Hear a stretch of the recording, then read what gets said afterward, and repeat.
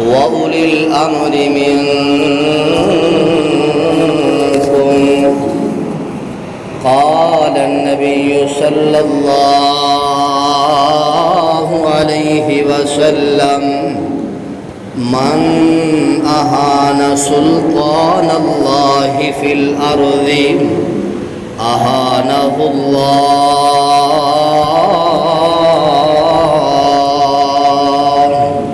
رواه الترمذي سبحان ربك رب العزة عما يصفون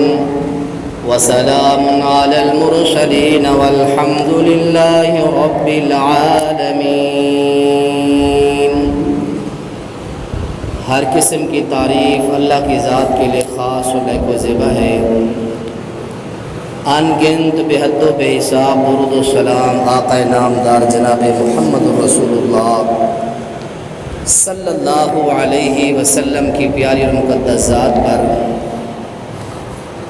حمد و ثنا اور درود و سلام کے بعد میرے واجب الاحترام بھائیوں، بزرگوں، دوستوں، ساتھیوں، السلام علیکم ورحمۃ اللہ وبرکاتہ۔ جیسا کہ آپ احباب کو معلوم ہے کہ گزشتہ جمعہ وقت کے حکمران کے، امیر کے،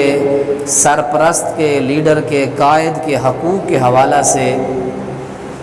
مشکات المصابیح کتاب الامارہ والقضاء سے آپ کے سامنے بے شمار حقوق، مسائل گوشے گزار کیے تھے۔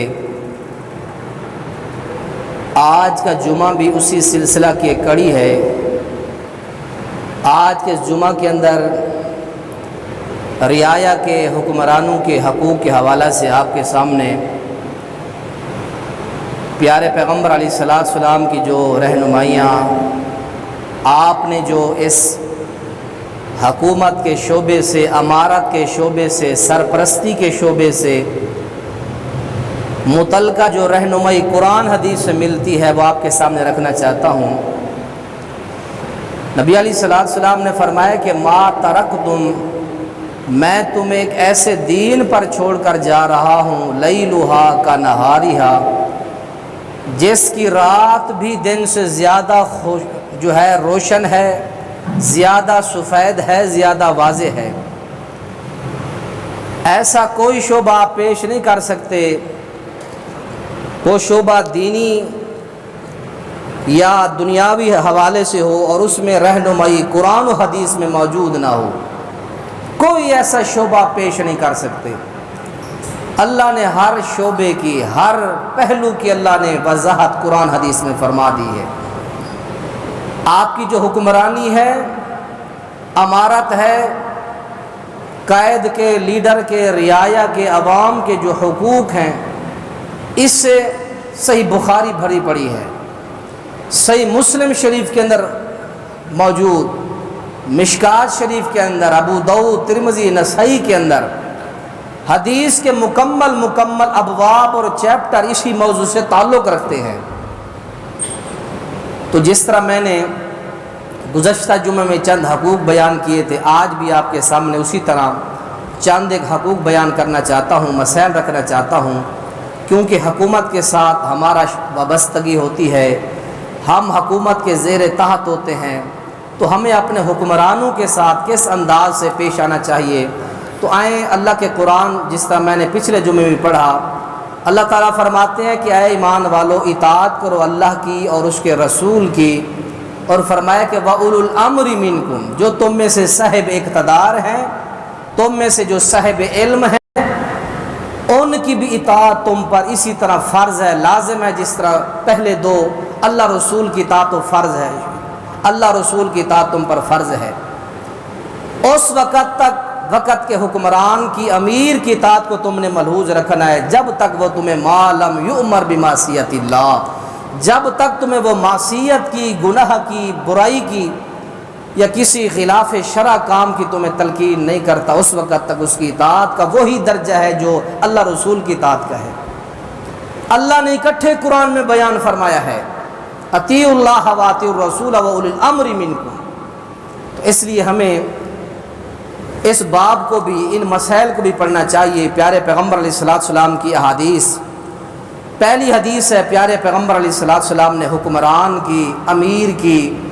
قائد اور لیڈر اور سرپرست کی فضیلت میں آپ نے یہ بیان فرمایا کہ من اراد اہان سلطان اللہ فی الارض، جو بندہ دنیا میں اللہ کے بادشاہ کی توہین کرنا چاہتا ہے، سلطان اللہ فی الارض، اہان اللہ تعالیٰ بھی قیامت کے دن اس بندے کی، دنیا میں یا قیامت میں اللہ اس بندے کی اہانت توہین ضرور کرے گا۔ جو اپنے حکمران کی، اپنے قائد کی، اپنے امیر و لیڈر و سرپرست کی جو بندہ توہین پر آمادہ ہوتا ہے، کرتا ہے، اہانہ اللہ بھی اس بندے کی ضرور توہین کرے گا۔ یہ صحیح درجے کی حدیث ہے پیارے پیغمبر علیہ السلام کی جامع ترمذی کے اندر۔ آگے پیارے پیغمبر علیہ السلام نے حکمران کے حوالے سے ایک اور عظیم حدیث بیان فرمایا کہ ما من امیر عشرۃ، 10 لوگوں کے امیر کو اللہ کے سامنے پیش کیا جائے گا۔ جس حالت میں اس کو پیش کیا جائے گا، فرمایا کہ اس کے ہاتھ اس کی گردن سے بندھے ہوئے ہوں گے، یا اس کا عدل اس کو اس اللہ کی گرفت سے بچائے گا، یا پھر اس کا ظلم و ستم اس کو ہلاک و برباد کر کے رکھ دے گا۔ اگر وہ عادل ہوگا قاضی، اگر وہ اپنی رعایا پر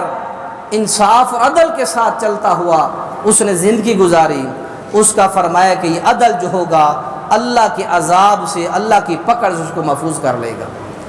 یا اس کا ظلم ہوگا اس کو تباہ و برباد کر کے رکھ دے گا۔ یہ صحیح درجے کی حدیث ہے پیارے پیغمبر علیہ السلام کی، یہ سنن دارمی شریف کے اندر حدیث ہے۔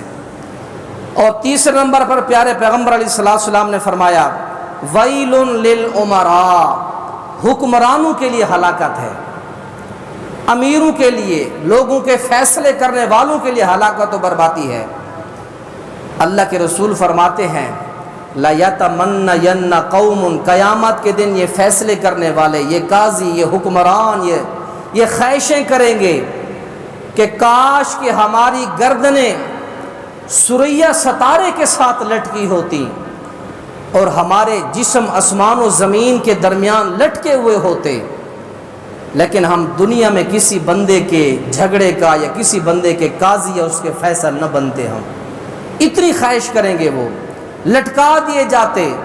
لیکن کسی کے قاضی یا فیصل نہ بنتے ہم۔ یہ پیارے پیغمبر علیہ السلام کی صحیح درجے کی مسند احمد کے اندر حدیث پاک موجود ہے۔ وَلَمْ يَكُونُوا عُمِّلُوا عَلَىٰ شَيْءٍ، وہ خواہش کریں گے کہ کاش ہم مسلمانوں کے کسی بھی معاملے کے سرپرست نہ بنائے جاتے۔ آج تو بندے کی خواہش ہے، جس کے پاس 4 پیسے آ جاؤں اس کی پہلی خواہش یہ ہوتی ہے میں اپنے علاقے کا کونسلر بن جاؤں، اپنے علاقے کا چیئرمین یا کسی عہدے پر فیض یاب ہو جاؤں۔ چند ٹکے جیب میں آنے کی جو ہے دیر ہے، اس کے بعد اگلا جو سٹیپ ہمارے مسلمانوں کا وہ حکومت کو ہاتھ مارنے کا ہوتا ہے، اپنے عیب چھپانے کے لیے، اپنے کالے کارنامے چھپانے کے لیے، تاکہ ہمارے پاس یہ سورسز ہونے چاہیے، ہمارے پاس یہ وسائل ہونے چاہیے تاکہ ہمیں مجبور نہ ہونا پڑے۔ یہ خواہش ہوتی ہے آج کے مسلمان کی۔ اللہ کے رسول فرماتے ہیں وہ خواہش کریں گے ما لم یکونوا عملوا علی شیء، کاش کہ ہم دنیا کے اندر کسی بھی مسلمانوں کے عہدے کے سرپرست بنائی نہ جاتے۔ اس لیے میرے بھائیوں، اللہ تعالیٰ نے یہ سارے حقوق بیان فرمائے ہیں، اور اسی طرح پیارے پیغمبر علیہ السلام کی ایک اور حدیث ہے کہ اگر پیارے پیغمبر نے فرمایا اے ابو ذر رضی اللہ تعالی عنہ، کبھی بھی حکومت یا عہدہ مانگ کے نہ لے، اگر تو عہدہ مانگ کے لے گا تجھے عہدہ پھر دے دیا جائے، جو اس شعبے کی یا جس منصب کی تو خواہش کرتا ہے، مجھے MNA بنا دیا جائے، MPA بنا دیا جائے، چیئرمین بنا دیا جائے، علاقے کی کوئی پوسٹ مجھے دے دی جائے، تیری حرص ہے، طلب ہے، خواہش ہے، اس پر وہ تجھے دے دیا جاتا ہے وہ شعبہ، وہ عہدہ، لیکن یاد رکھ اللہ کی مدد تجھ سے روٹھ جائے گی۔ اللہ کی مدد، اللہ کی نصرت جو ہے وہ تیرے اوپر نہیں نازل ہوگی۔ اور اسی طرح اللہ کے نبی علیہ السلام نے فرمایا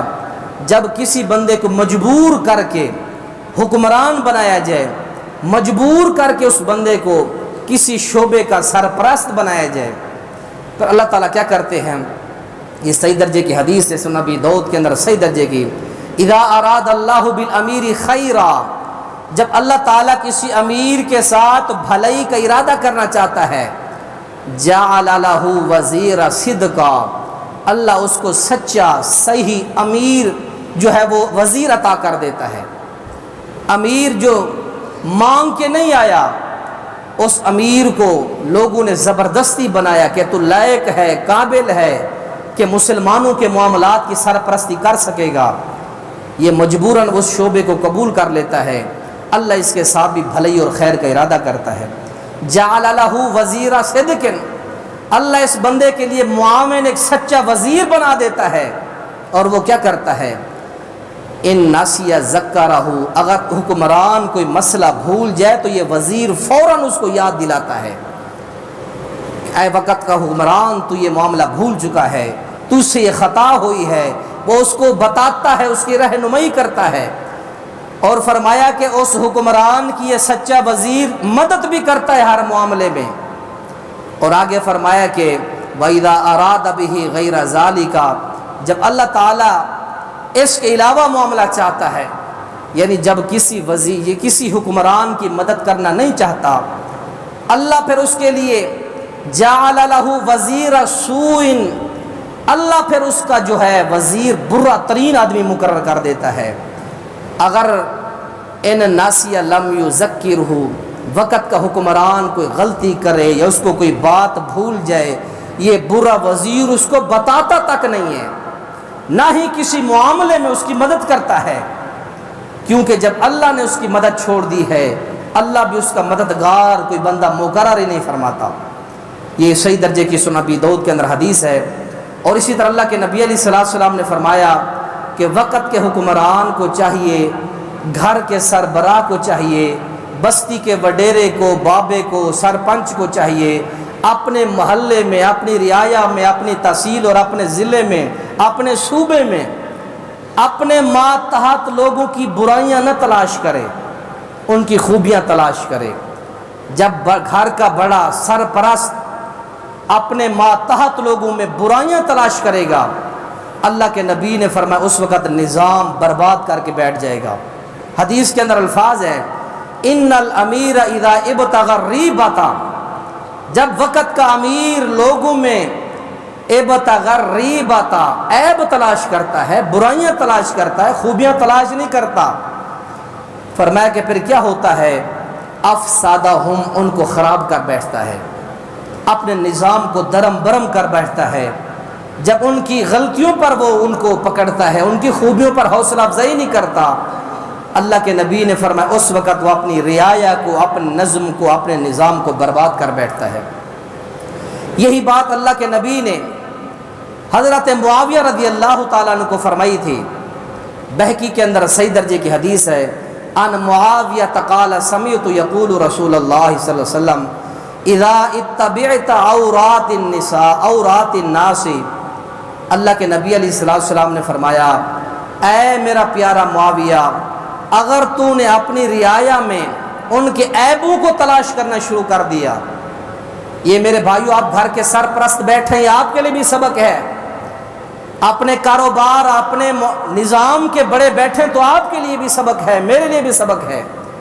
اگر ایک بندے کے بھی سرپرست بیٹھے ہیں آپ، تو یہ آپ کے لیے بھی حقوق بیان ہو رہے ہیں، آپ بھی سرپرست ہیں، کسی شعب کے، کسی کارخانے کے، کسی گھر کے، کسی بنگلے کے، کسی بھی شعبے سے آپ تعلق رکھتے ہیں، یہ ہر بندے کے لیے حقوق ہیں۔ یہ جو بھی سرپرستی رکھتا ہے، جس کے نیچے ایک دو بندے، کم از کم بیوی بچے تو ہیں کسی کی سرپرستی میں، یہ اس کے لیے بھی حقوق ہیں۔ یہ دکاندار کے لیے، تاجر کے لیے، ہر بندے کے زندگی کے ساتھ یہ حقوق تعلق رکھتے ہیں، سبھی کو یہ غور کرنے چاہیے،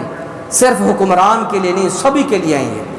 اللہ کے نبی نے فرمایا اے پیارا معاویہ، اذا اتبعت عورات الناس، جب تو لوگوں کے عیب تلاش کرنا شروع کر دے گا، افسدتہم، اے پیارا معاویہ تو اپنی رعایا کو، اپنے لوگوں کو خراب کر دے گا، اپنا نظام برباد کر دے گا۔ ہر وقت ٹو میں لگے رہنا، کان لگانا، آنکھیں پترا کر، ٹیڑھی کر کر کے جاسوسیاں کرنا گندی ترین صفت ہے، چاہے وہ گھر کا وڈیرا ہے یا سلطنت کا بڑا ہے۔ جس کی یہ بری عادت ہے، کن سوئیاں کرتا ہے، غیبت، چغلیاں، ہر ٹائم چھپ چھپ کر باتیں، جاسوس چھوڑتا ہے، اس قدر گندا آلودہ نظام جو بناتا ہے، ایسے بندے کے پھر رعایا میں کوئی نظم اچھا نہیں رہتا۔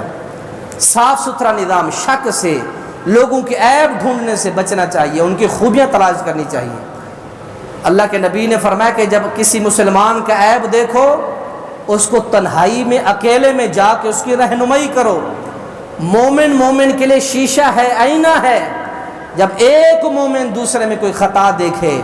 بھرے مجمع میں اس کی رسوائی نہ کرے، بلکہ تنہائی میں جا کے اس کو متنبہ کر دے جا کے۔ یہ شریعت ہمیں حکم دیتی ہے۔ تو یہ بھی ہم سب کے لیے ہے کہ ہم اپنے ماتحت لوگوں کے عیب تلاش نہ کریں، بلکہ ان کی خوبیاں تلاش کریں۔ اللہ کے نبی علیہ السلام جب بھی کسی کو امیر مقرر کرتے ہوئے چند وصیتیں فرماتے تھے۔ حضرت معاذ بن جبل کو یمن کی طرف بھیجا، حضرت ابو موسیٰ اشعری کو یمن کی طرف بھیجا۔ جاتے ہوئے آپ نے ان کو نصیحتیں کی۔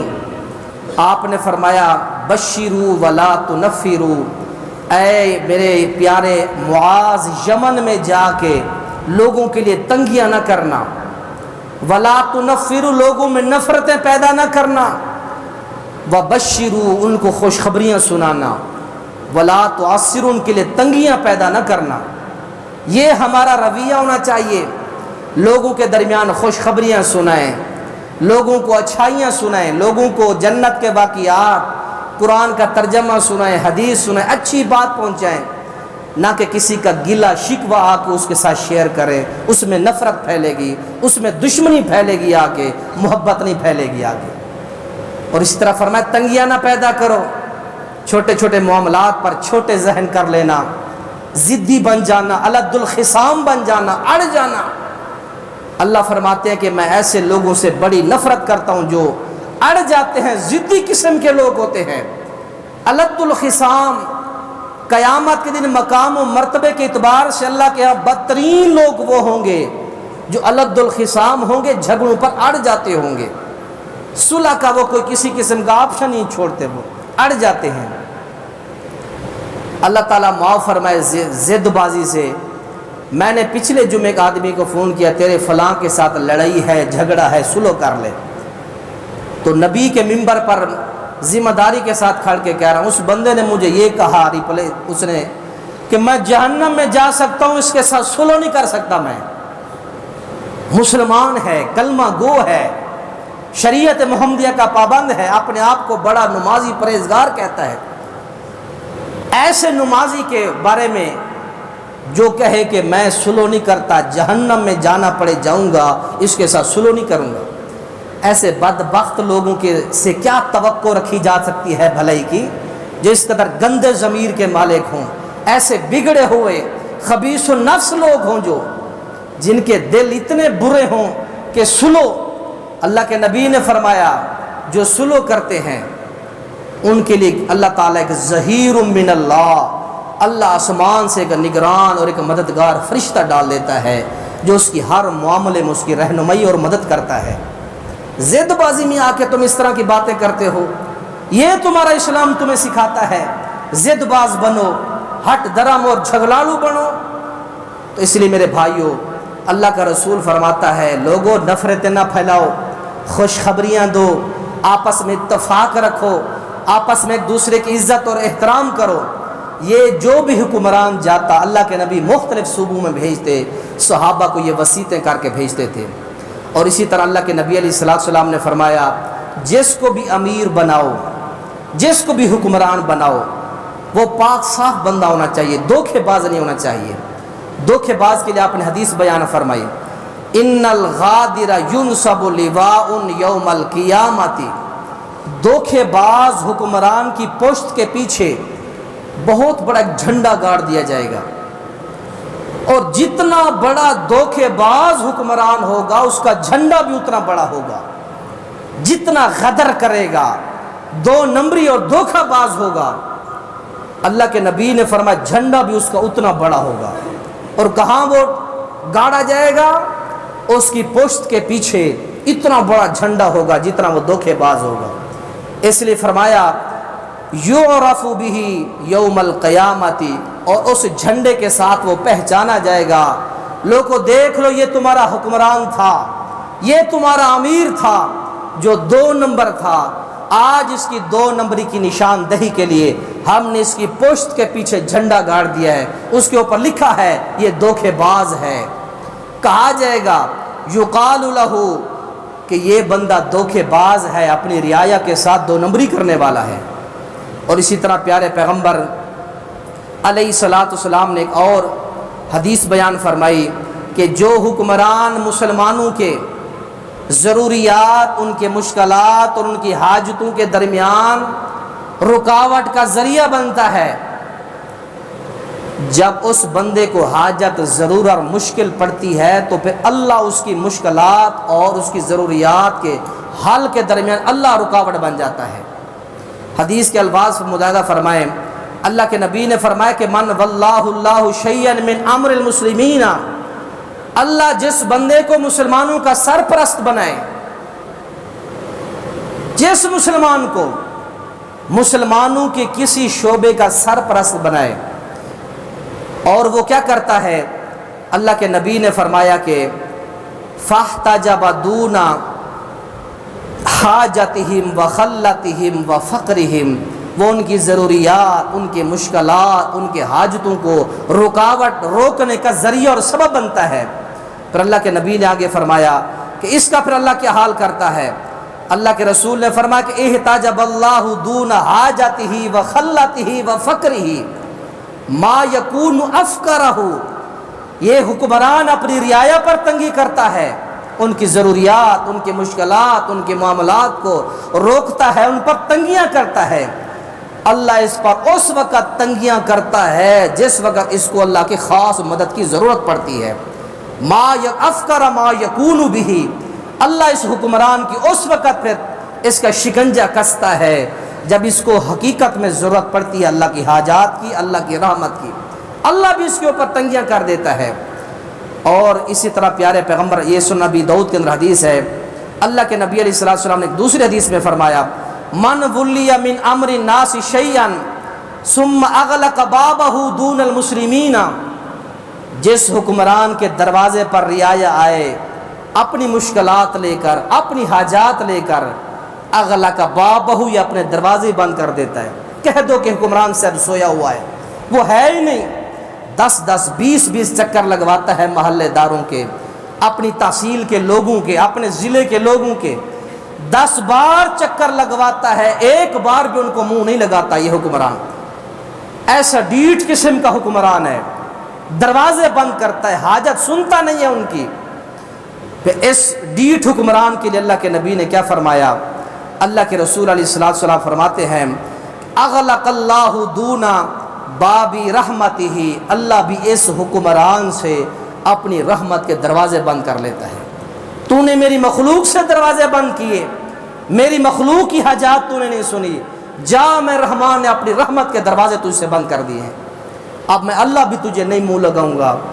تو یہ وقت کے حکمران کے لیے اللہ کے نبی علیہ السلام نے بیان فرمایا۔ اور اسی طرح پیارے پیغمبر علیہ السلام کی چند ایک اور رہنمائیاں ہمیں حدیث پاک سے ملتی ہیں۔ اللہ کے نبی نے فرمایا کہ وقت کے حکمران کو غصے میں فیصلہ نہیں کرنا چاہیے، ایک باپ کو غصے کے اندر فیصلہ نہیں کرنا چاہیے، ایک تاجر کو غصے کے درمیان حالت میں فیصلہ نہیں کرنا چاہیے، ایک عالم دین کو غصے کی حالت میں فیصلہ نہیں کرنا چاہیے، علاقے کے بڑے بزرگ حاجی صاحب کو غصے کی حالت میں فیصلہ نہیں کرنا چاہیے، اس کا نقصان کیا ہوگا؟ فرمایا کہ غصہ یہ شیطان کی علامت ہے، العجلۃ من الشیطان، عجلت جو ہے، جلد بازی جو ہے، یہ شیطان کی طرف سے ہے۔ التعنی من اللہ، جو نرمی ہے، پیار ہے، نرم مزاجی ہے، یہ اللہ کی طرف سے ہوتی ہے۔ جب بھی تمہیں غصہ آئے اپنے بچوں کے درمیان، اپنی رعایا کے درمیان، اپنے شاگردوں کے درمیان، اپنے نوکر و ملازموں کے درمیان، اللہ کے نبی فرماتے کبھی فیصلہ نہ کرو۔ حدیث پاک کے اندر فرمایا کہ لا یقضین حاکم بین اثنین وہو غضبان، حاکم کبھی 2 بندوں کے درمیان غصے کی حالت میں فیصلہ نہ کرے۔ اذا حکم الحاکم فاجتہد واصاب علیہ اجران، جب ایک عالم، ایک قاضی، ایک امیر فیصلہ کرتا ہے اور بڑی کوشش کے ساتھ، ایمانداری کے ساتھ فیصلہ کرتا ہے، اور فرمایا کہ کوشش کرنے کے بعد اچھا فیصلہ کرتا ہے، اللہ کے نبی فرماتے اجران، اس قاضی کو، اس فیصلے کرنے والے کو 2 اجر ملتے ہیں۔ اور وہ بندہ، وہ قاضی جو کوشش کرتا ہے، فاجتہد و اخطأ، کوشش کے باوجود بھی اس سے غلط فیصلہ ہو جاتا ہے۔ انسان ہے، غیب نہیں جانتا، حقیقت کا پتہ نہیں ہے، کوشش بڑی کی لیکن اس بندے نے پھر بھی اس سے غلطی، خطا ہو گئی، اللہ کے رسول فرماتے خطا ہو گئی، فَلَهُ أَجْرٌ وَاحِدٌ، اس کو 1 اجر پھر بھی ملے گا۔ اگر کوئی عالم غلط فیصلہ کرتا ہے، غلطی کی، جان بوجھ کر دانستہ طور پر کوشش نہیں کرتا، اس سے غلطی ہو جاتی ہے غیر دانستہ طور کے اوپر، اس کی بڑی کوشش ہوتی ہے حاکم کی، حکمران کی، وڈیرے کی، سرپرست کی، قائد کی، لیڈر کی، لیکن پھر بھی غلطی ہو جائے تو فَلَهُ أَجْرٌ وَاحِدٌ، اس کو 1 اجر اللہ پھر بھی عطا فرما دیتے ہیں، اللہ اس کو محروم نہیں کرتے۔ اسی طرح پیارے پیغمبر علیہ السلام نے فرمایا من جعل قاضیا بین الناس فقد ذبح بغیر سکین، جو کسی کا حکمران بنایا جائے، جو کسی کا قاضی بنا دیا جائے، اللہ کے نبی فرماتے ہیں سمجھ لو کہ وہ بغیر چھری کے ذبح کر دیا گیا ہے۔ فیصلہ کرنا، لوگوں کی امارت، لوگوں کی سلطنت سنبھالنا، یہ بڑا مشکل ترین کام ہے۔ اگر اس کے تقاضے اس نے پورے نہیں کیے تو اللہ کے نبی کی حدیثیں سن آئے ہو پیچھے، اس کے گردن سے ہاتھ بندھے ہوئے ہوں گے۔